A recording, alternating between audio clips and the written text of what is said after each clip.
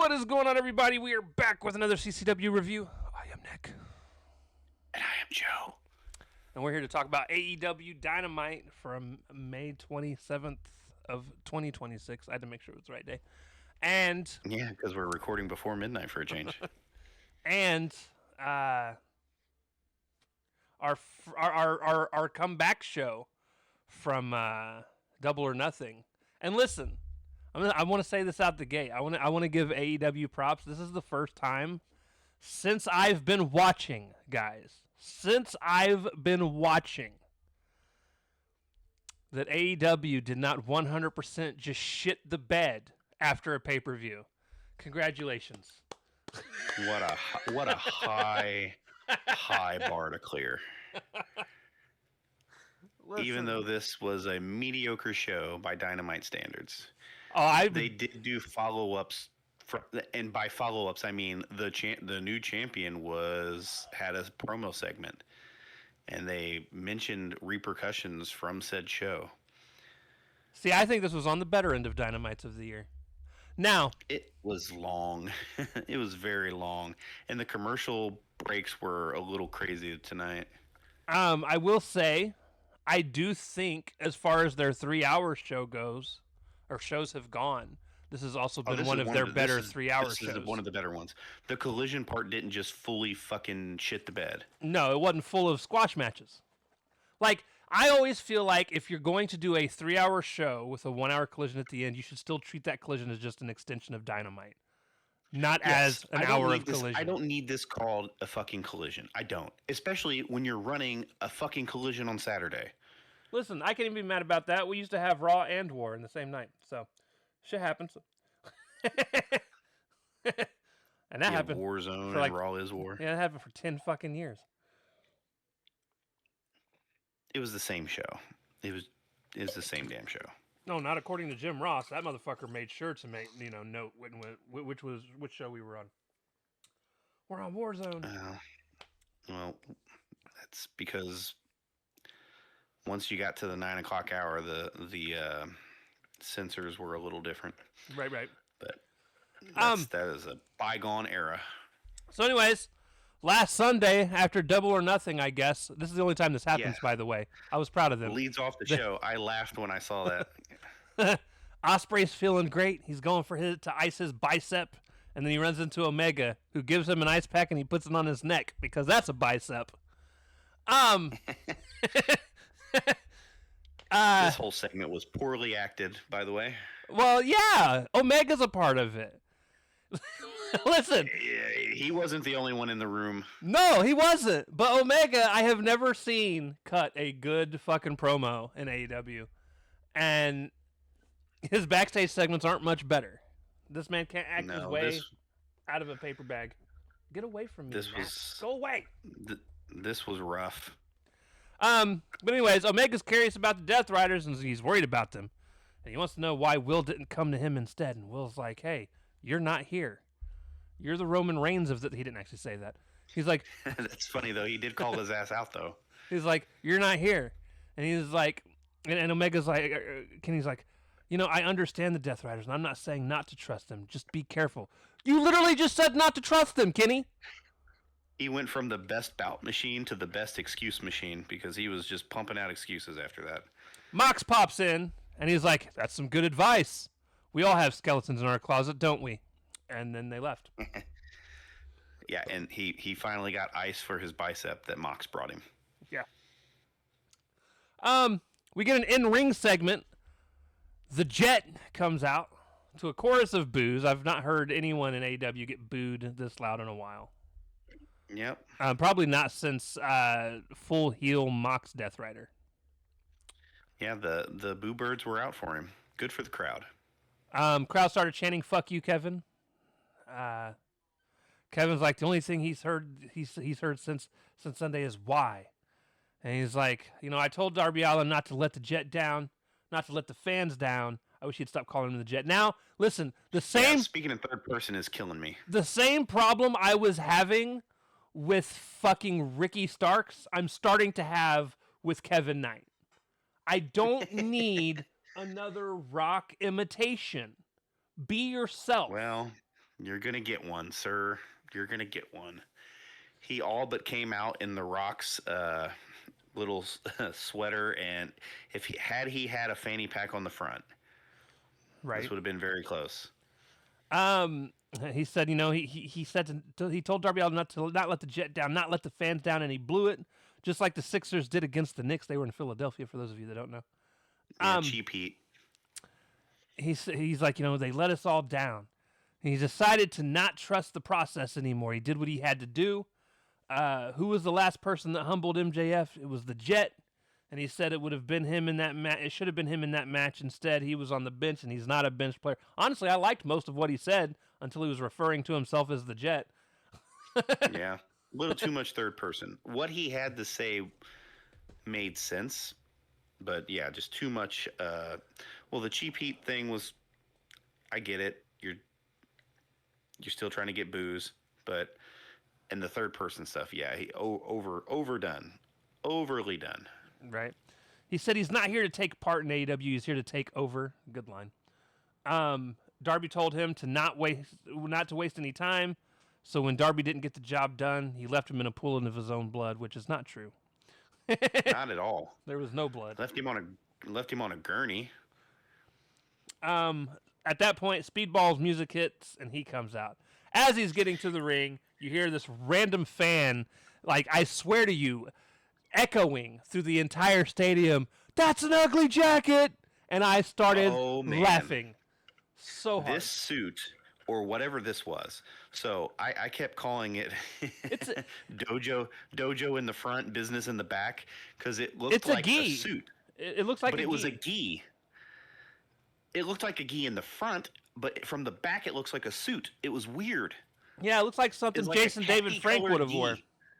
It's a khaki-colored gi. It was atrocious. Right. But he's like, I know what you're saying, and I know how ambitious you are, but that's your best and worst quality. You're impatient, and you make mistakes, which, to be fair, every single time they lost their Trios championship, it was Kevin Knight that got pinned. Yep. Mike tells him to apologize and own up to what he did to make things right. Kevin fakes a handshake and shoulder checks him, which I thought that was the dumbest part of all of this. But then he turns around and hits him with the mic, which then I popped because, I like a good mic. Which is what he should have done in the first place. I like a good mic thump in the forehead.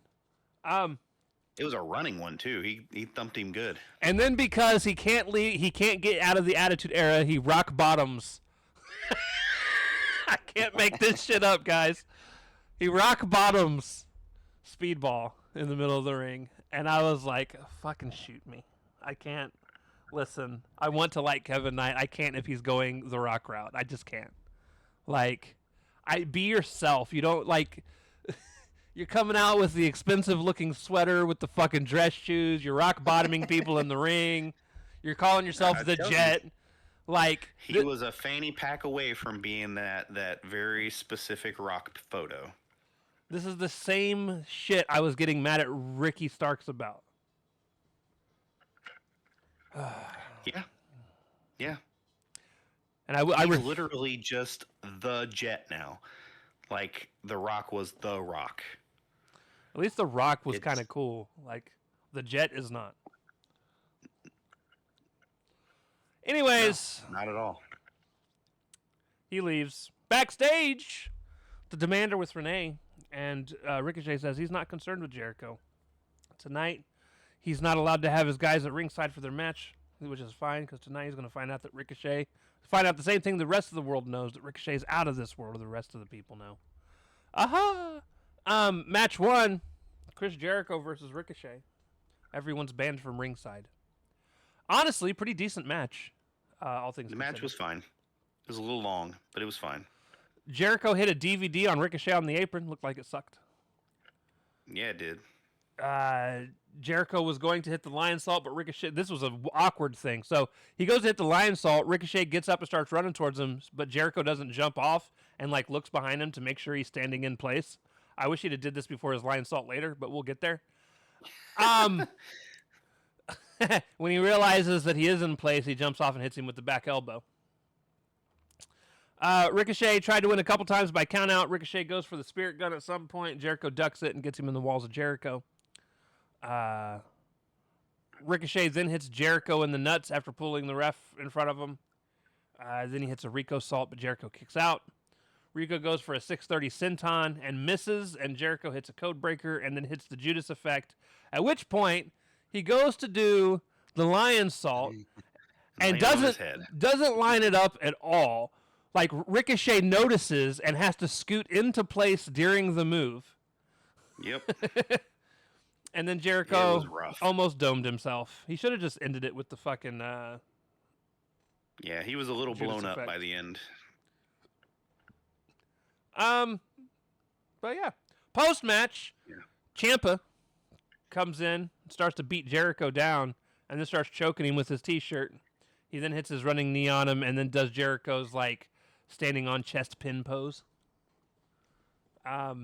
You're not looking forward to this. I am. If you could have asked me what are two people you don't want to see feud against each other, these would have been the two.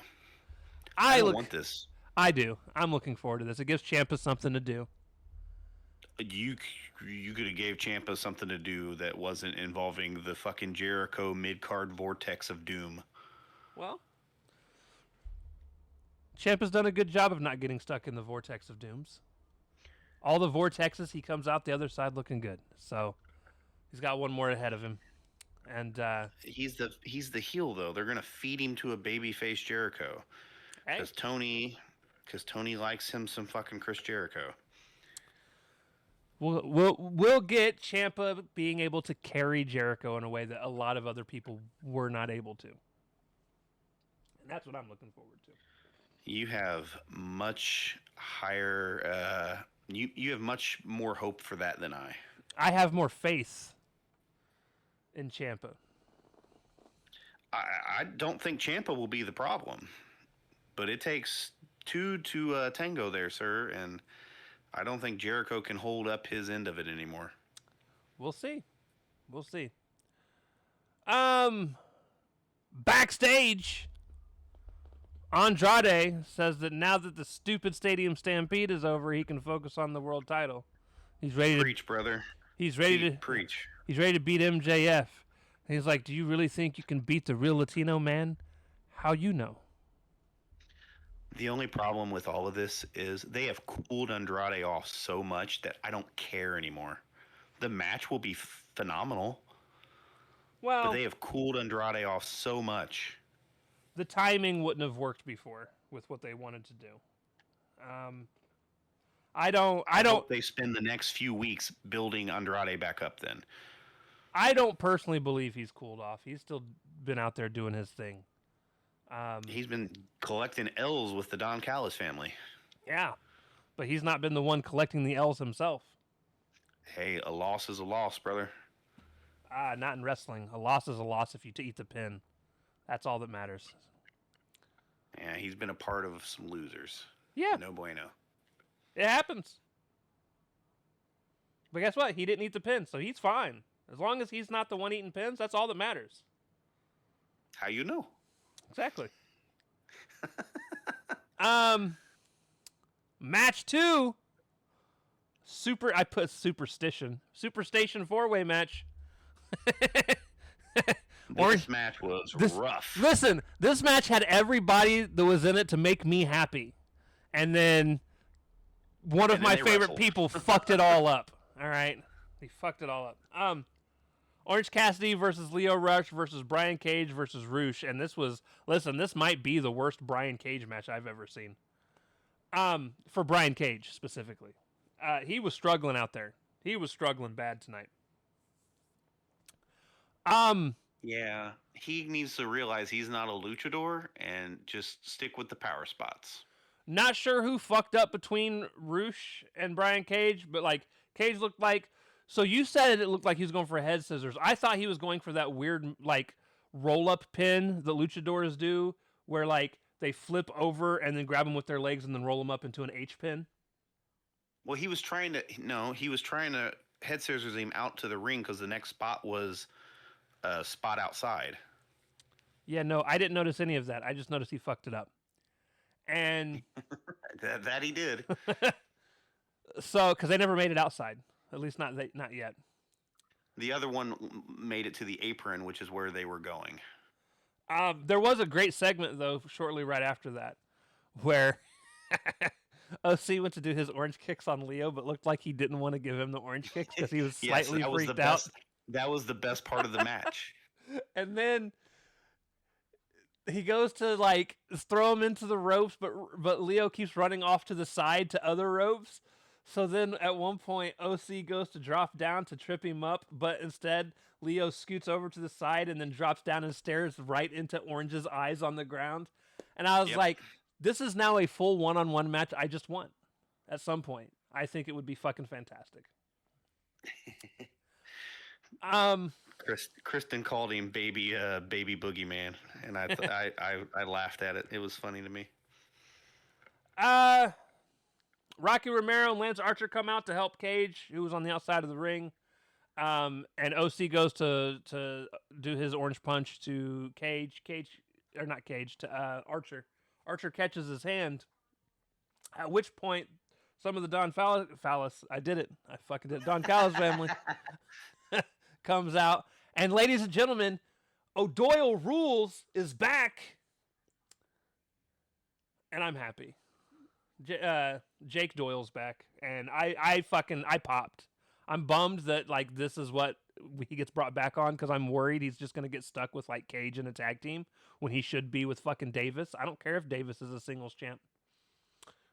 Yeah, you're hoping the boat wasn't missed on their tag team stuff since their tag team stuff was so good before he left. There is a very specific tag team I'm looking to just wreck people. All right, and I want that back. But at least he's back. They end up taking, and while they're fighting, Strong comes out to help OC, and then OC, Strong, and all the Don Callis family brawl to the back. They disappear. We'll see them all later. At least the faces. So that leaves Leo Rush and Roosh in the ring together. And they actually had a pretty decent back and forth for a couple minutes. And Leo even hits a pretty nice spear. It's great that everyone can do spears really well except for the people that do the spears as moves. Yes, except for the ones who use it as a finish. Roosh hits his horny move, and he gets the win. His horny move? That's what I started calling it. Did you mess with the bull? You get the horns. No, you get the whore. There is no N-E-S at the end of that. Okay, you get the whore. So he doesn't say you, he says Jew. Yeah. You get the whore. So, Roosh wins, as he should. I was hoping he was going to be the one that won to begin with. Yes. Especially if you're doing what you're about to do with him. Correct. Backstage, MJF is back with his ugly-ass world title, and he thinks that Kevin did what he had to do to show respect to MJF. And Kevin's like, I didn't do it for you. I did it because Darby failed. MJF walks off, and then Kevin is then approached by Kyle Fletcher. He's like, that's a nice belt you have on you. And, of course, Don Callis, being Don Callis, tried to recruit Kevin Knight, and then they walked off. Yep. Fun stuff. Backstage, the Brawling Birds are with Renee, and Jamie isn't all that bummed that she lost. She got to take Tekla's head off. And then Windsor was like, I'm chasing my Wembley dream just like my husband. And then it dawned on me, if both of them end up being the winners, I'm going to be so mad. So mad. Oh, that will be bad. That will be very reminiscent to the first Owen Hart, where it was Britt Baker and Adam Cole who won. Yeah. Did wonders for their relationship, so hopefully we avoid that with these two. Right? So yeah, I hope that doesn't happen. In ring segment, MJF comes out. He said that Darby's hanging his head somewhere because for the third time he beat Darby with a headlock takeover. He said they're going to be talking about him until the end of time. He is a 3-time champ now. There's only been like 7 people before that's ever done that. 8 people before. 8 people. Look, I'm not keeping track. That's one of those really stupid stats that don't matter. And then And now people need to get down on hand and knee and bow before the greatest of all time. Briscoe comes out, tears the MJF flag down, and I'm like, what the fuck is this dude doing out here? God. He then proceeds to tell MJF that he doesn't fit in here. And as he tells MJF he doesn't fit in here, he starts to ramble on about penguins. And MJF says what we're all thinking. What the hell are you talking about? It was gibberish, man. Mark, it was just fucking random gibberish, talking about penguins in the desert and shit. Mark finally gets to the point and says Max isn't tough. He's so self-absorbed. Max believes that he's above everyone, except he's not. You know, he truly believes that he is. Which he said like 5 times in a row. And then he's like, it wasn't that long ago that I pinned you in the middle of this ring, so I think I deserve a title match. And I wish this wasn't a prerequisite for people thinking they deserved a title match. I feel like this happens a lot. Darby set the precedence, man. So now you got these motherfuckers coming out the woodwork. So MJF is like, no, there's levels to this shit, and it's not good for business, and he walks off. Roosh's music hits, and then he comes out, and Roosh is like, you know, it's funny that Mark is a chicken farmer because you're a chicken shit. And I was like, well, that was a good line. Good job, Roosh. You made me laugh. MJF says Roosh isn't cool because he can speak multiple languages. They said that Roosh is more marketable than Jay, so he asks if Roosh wants to wrestle him tonight. And then Roosh is like, yeah. You meant Mark? No. He asked. Oh, it is Jay Briscoe. Oh, no, it is Mark Briscoe. My bad. Listen. Okay. You had me confused because I thought you were talking about Roosh. I'm like, no, I was right about Roosh. No, I know who Roosh is. Which Briscoe is in the ring, though? Listen. Looking bewildered and rambly. Who knows? He then says, psych, but next week MJF versus Roosh for the world title. And next week he better come prepared because the bull is about to lock horns with the devil, which was also a pretty good line. I'm excited for that match. Mark just getting left in the ring looking silly made me laugh and happy. Yeah, and, he looked complete. He could have just not been a part of the whole thing, and Roosh could have came out and cut that promo, and then that could have been the end of it, and that would have been fine. He really added nothing to what ended up transpiring at the end. It was insane. No, but so somebody pointed out what this is going to lead to is it's going to be Mick Foley taking Briscoe under his wing is what's going to happen. Oh, joy. That's what we need. And it's what I don't want. I love Mick Foley, but come on, brother. I don't even dislike Briscoe. I don't either. I don't either. I think he works in certain situations. And this was just not one of them.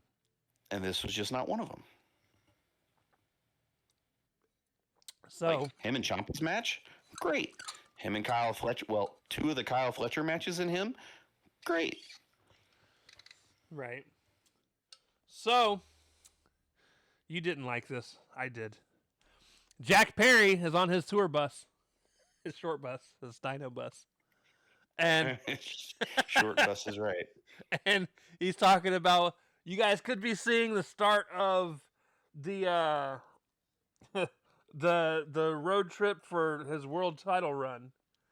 And then all of a sudden Luchasaurus slams on the fucking brakes and Jack almost flies through the fucking window. And he turns around, he's like, what are we doing? And you see Luchasaurus point to the outside. And Jack goes, he's like, I don't want to do that right now. He's like, we ain't doing that right now. I got a match tonight. Luchasaurus growls at him. He's like, fine. And we get a fucking Rocky fucking montage in the middle of Philadelphia with fucking Jack Perry. And I lost my shit. In his bright ass fucking pants running up some stairs. And it ends up being Luchasaurus that drinks a cup full of eggs. Because Jack wasn't having it. It was stupid. But it's the kind of stupid that I watch wrestling. It was something. It was something. Match 3, men's Owen Hart quarterfinal. Claudio Castagnoli versus Brody King. I actually, like you mentioned that you thought it was a pretty meh match. I actually really ended up enjoying this match. It was just 2 dudes hitting hard. And they were slapping meat, but it ended just abruptly and was just kind of like, eh. Yeah, I don't understand the ending because like no one really hit their finisher. The only thing I could think of is Claudio was just so exhausted after lifting Brody King's big ass up that high to hit that move that he just didn't. It's like they both were blown up and didn't want to go on, and it was, I don't know. They didn't do enough to explain that. Commentary could have helped them out a lot, right? And it just wasn't there. But yeah, it ends with Claudio hits his European uppercut, but Brody then hits a stiff clothesline and falls on top of him and gets the win. Maybe Claudio was supposed to kick out and he couldn't actually kick out. Who knows? It just sets up the logical next match in the Owen, which is Swerve versus Brody, since Swerve already beat Bandito. The same thing happens on the other side. All this shit is going in a very logical direction. Absolutely. In-ring segment. Cage and Cope come out. Cage says that he might have banged the crowd's mothers. The 90s were a crazy time. He did go on to say, though, that FTR are the best tag team they've ever shared the ring with, and they brought out the best in them, at which point Cope got the mic, and he said that FTR agreed to an I Quit match with two people that were supposed to never wrestle again. I'm tired of hearing about it. He then said that they were going to do a 5-second pose for the first time in 20 years. Cage is like, I'm not doing that. They don't even, he says, besides, they don't make disposable cameras anymore. Cope's like, hold on a second. And he runs out to the outside of the ring, pulls out this bag. He's like, I bought this bag, everything in this bag 20 years ago, just in case something like this ever did happen.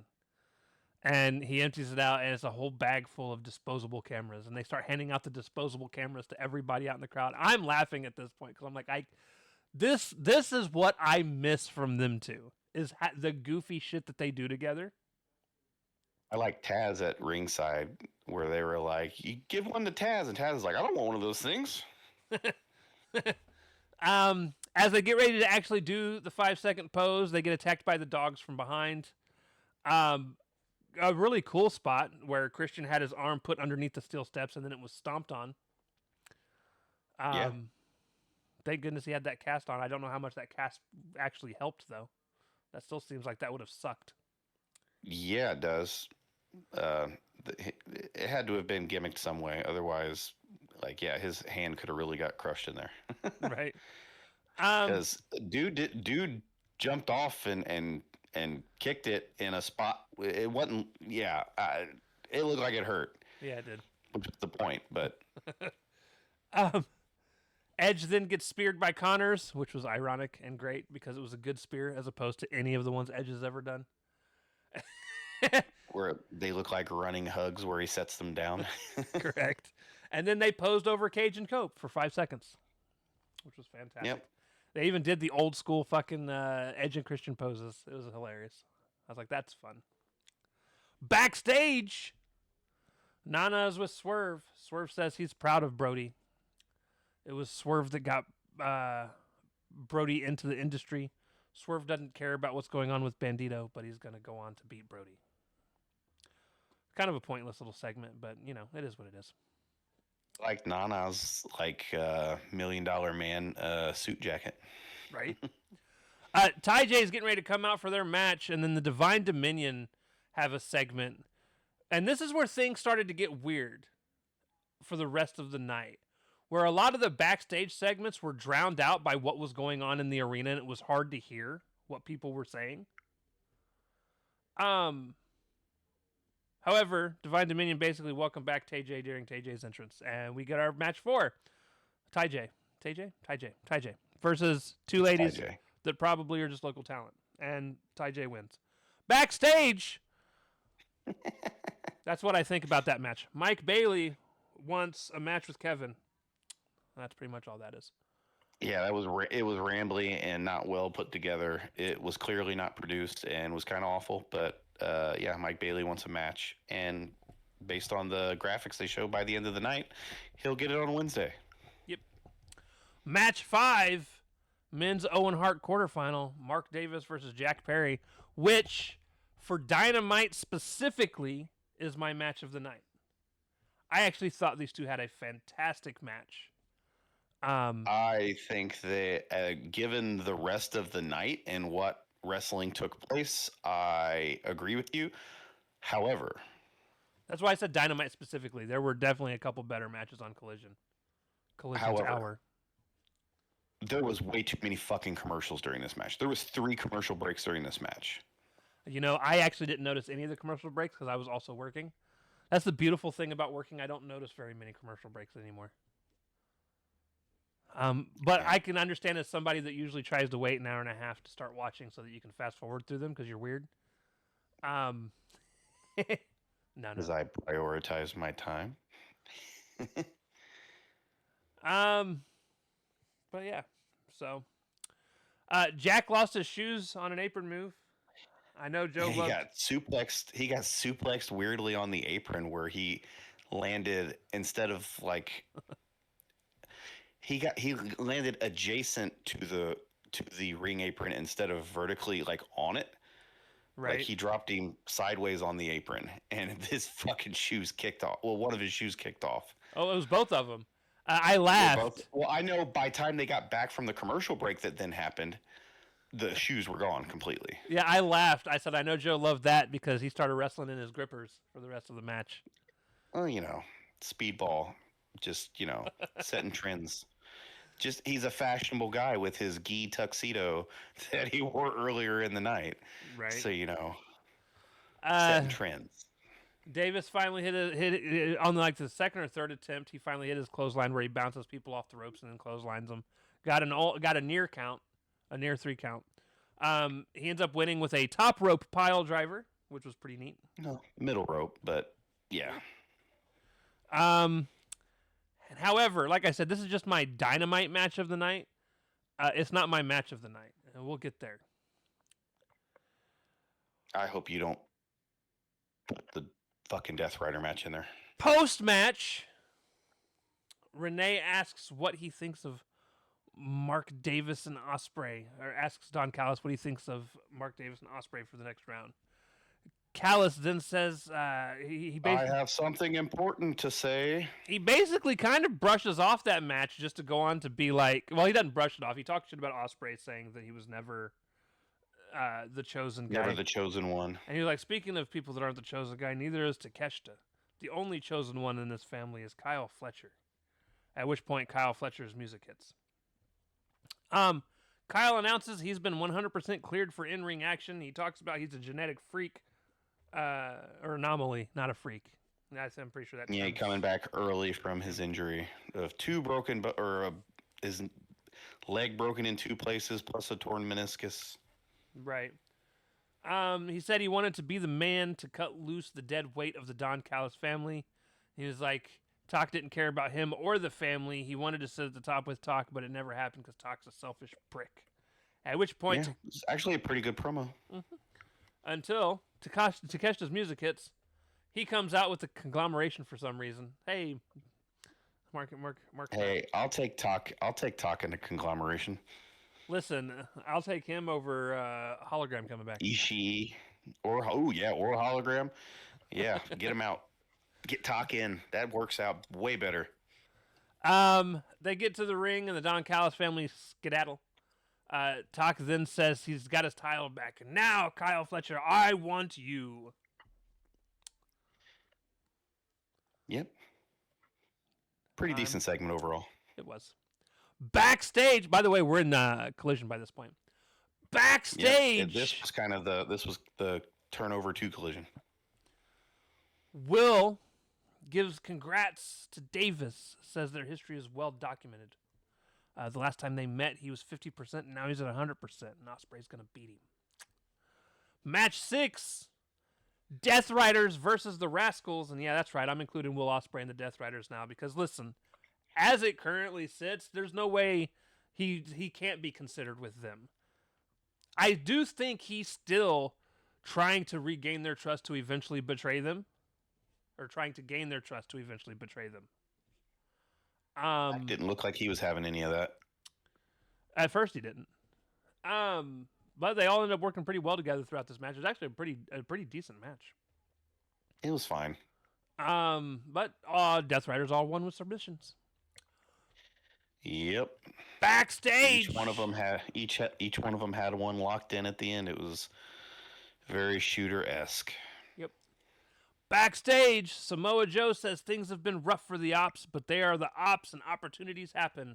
He has to step away for a few months to do some filming, and they need to take care of things while he's gone. And as he walks off, Bowens and Hook both go to step into the middle and bump into each other in frame, and I cannot wait for this to implode. And I'm hoping it ends with Hook being kicked out of the group, if I'm being honest. I hope that's what they're going, because I'm bummed Samoa Joe's leaving. The only legitimate part of this entire operation is now leaving, and now we get them to be in just no man's land for months now while these two fight for control, and then Shibata just stands there silently. So right, this is going to be collision segments that I could care less about going forward. Backstage, Ty-J appears to have been beaten down by the Divine Dominion. Sad we didn't get to see it. Right? Oh, don't worry. We'll get to see it. Next week on Collision, or this Saturday, for the 1 hour show that they're doing that they somehow have like 5 matches for. It's 3 matches, but it'll be like 4 backstage segments. Match 7, Andrade El Idolo versus Ace Austin. I liked this match. I actually did. I actually liked all of the matches on Collision. Quite a bit. They were fine. Well, the Moxley one was fine. I don't like the Death Rider style of match. Andrade and Ace had a pretty decent going on. And listen, honestly, so my first note was we get Excalibur doing his run where he's like, we'll be back with commercial break in 90 seconds. And then he sits there for a few seconds. And then they sit there for a few seconds. And then they start talking some more, like they're actually running the commentary for the match. And it's like a minute later, and then they finally cut Shivani off mid-sentence to go to commercial break, and I started laughing my ass off. I was like, good timing, guys. Good timing. Yeah, nobody was in their ear counting down like they always are. That audio must have been lost this week. At one point, Andrade hit a tornado to the outside of the ring, and Shivani goes, well, that was impressive. Taz goes, how you know, Tony? I was like, that's fantastic. Again, Taz adds so much actual. I don't even know how to describe it. Just like character to this program. Oh yeah, he's by far the best part of the announce team. Like, and it's not even close. Andrade reverses the fold into a spinning elbow, which, listen, that move always looks like it sucks to take. Always. Yeah. Then he hits the DM for the win. Yeah. It was a very well wrestled match. It was. Match 8, my match of the night, which is weird to say considering who's involved. But not weird to say when you understand it's a lights out match. It was chaos, and you thrive off of chaos. I do. But here's the thing. So it's Hikaru Shida versus fine. Chris Statlander. No, it was pretty good. It wasn't even true chaos in the chaotic sense, because it was a very controlled situation. Even when they went to the back, they were only in the back for like 2 minutes, and then they came right back out to the fucking ring. Yeah, it was fine. It wasn't too much like these things usually are. Right. Unfortunately. Stat powerbomb Shida onto the ground from the apron. Honestly, one of the cool moments that I haven't seen happen in a long time in a hardcore match, I got to see somebody take a fluorescent light tube to the back. Those are always fun. Yeah. They make fun noises. Too. Stat ends up doing her Saturday Night Fever through the table on the outside of the ring on Shida, and then tosses her in the ring. Apron. Well, she tombstoned her from the apron through a table, and then Saturday Night fevered her in the ring for the win. Right. Took her back in the ring, at which point Harley Cameron came out and slid Stat the kendo stick, and then Stat grabbed the kendo stick, smacked Shida with it, then hit her with the Saturday Night Fever, and got the win. Harley was celebrating with her, and Stat looked like she didn't even realize Harley existed. Which is the story of their relationship, pretty much. Which is the story of anything going on with Stat, because Stat just wants to do her own thing, and everyone keeps trying to attach themselves to her. Yeah. And she needs somebody with her because she can't talk for shit. Well, she needs to be produced. Her produced stuff when she was champion was not bad. Right. It's her live promos that were rough. Her live promos were really, really bad. And unless they were like 1 or 2 sentence live promos, and then they were excellent because you only said 1 or 2 things, you left. Things were good. Right. I'm gonna do this, and here's why, and then that was it. Yeah. Anytime she had to like explain things or have any kind of drawn out presence on the microphone, no bueno. No. And again, this is one of those. So like, I thoroughly enjoyed the night as a whole. I do think this is, if they're gonna do 3-hour Dynamite, they need to kind of structure it more like this was structured, so that the collisions don't just feel like tacked on bullshit. Yes, this was much better structured as far as like match quality. I still wish they would just I still just wish they would just be 3-hour Dynamites and not even include collision. Right. The big thing too, one of the things that I hate about how they do this. So I watch on Max, and anybody that watches on Max understands this. These 3-hour shows suck because you'll be in the middle of something and Dynamite will end, and you actually have to back out and go into the collision stream. That is a full separate stream. And it's stupid. It's fucking stupid. Yeah. I've always hated it, and it's annoying, and especially when I'm trying to work and then I have to fumble around with my fucking mouse and keyboard and shit. It's just a frustrating mess. I watched the television feed, so I didn't have that problem, but I can understand how that would be annoying as shit. But yeah, I enjoyed the night. Now, I think, like I said, we're only getting like an hour of Collision Saturday. I think that's how they have it set up. It's going to be some good matches, though. The trios match should be good. What's the trios match? Conglomeration versus the Don Callis family. The Don Callis portion of it is kind of jank, though. It's like Lance Archer, Mark Marrow. Dear God, dude. No, it's not the Wild Man, Mark Marrow. Might as well fucking be. It's I can't even think of his name now. You fucking got Rocky Romero. It's Lance Archer, Rocky Romero, and is it Doyle? I think so. Oh, that's amazing.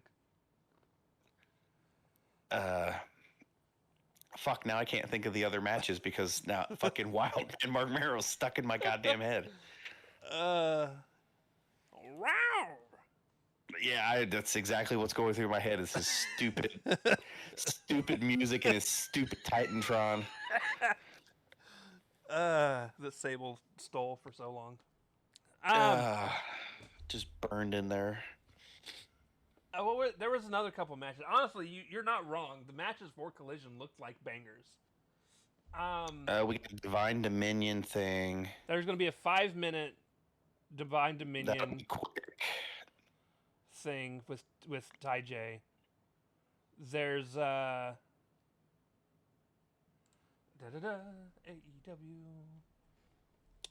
That bothers me that I can't remember. Oh, I'm working on it. We're getting there. We're gonna get there. Oh, there's some backstage segments, by the way. Well, of course. That we didn't get, is what I'm saying. Oh.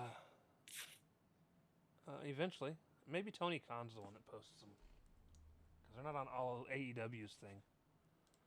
So, Tony Khan said this Wednesday. Oh no, that's for tonight. Never mind. He posted that. Maybe they just haven't posted the other ones yet. Well, that's wild to me because usually they post them as the night goes on.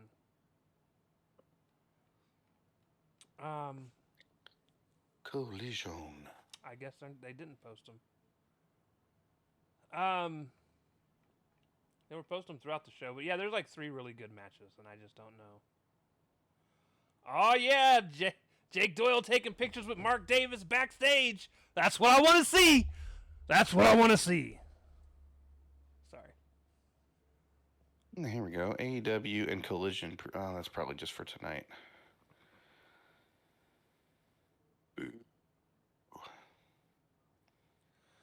The hell is Saturday's date?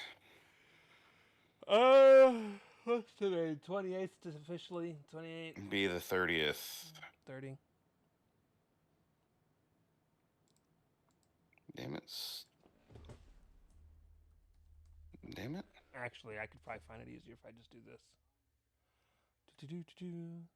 Well, the TBS championship will be addressed. Conglomeration versus Lance Archer. Ty J versus Divine Dominion. Tribute to Dennis Condrey, whoever that is. Dennis Condrey is from the Midnight Express. Ah. Did he pass away, or is he just really old? Yeah. Listen. Not that long ago. I don't keep up with these things. Yeah, it's the Eliminator. It's the vacant TBS championship thing. It's the trios match. And that's all they have announced right now. I want to think I thought that maybe I'm confusing something that's going to be on Dynamite then next week. I don't know. They ran a lot of shit across. They run through that shit so quickly. But yeah, no, it was good times. Good times. So yeah, that'll be we'll be here Saturday for your guys' viewing pleasures. And with that being said, we love y'all. We'll talk to y'all next time. Deuces. Later.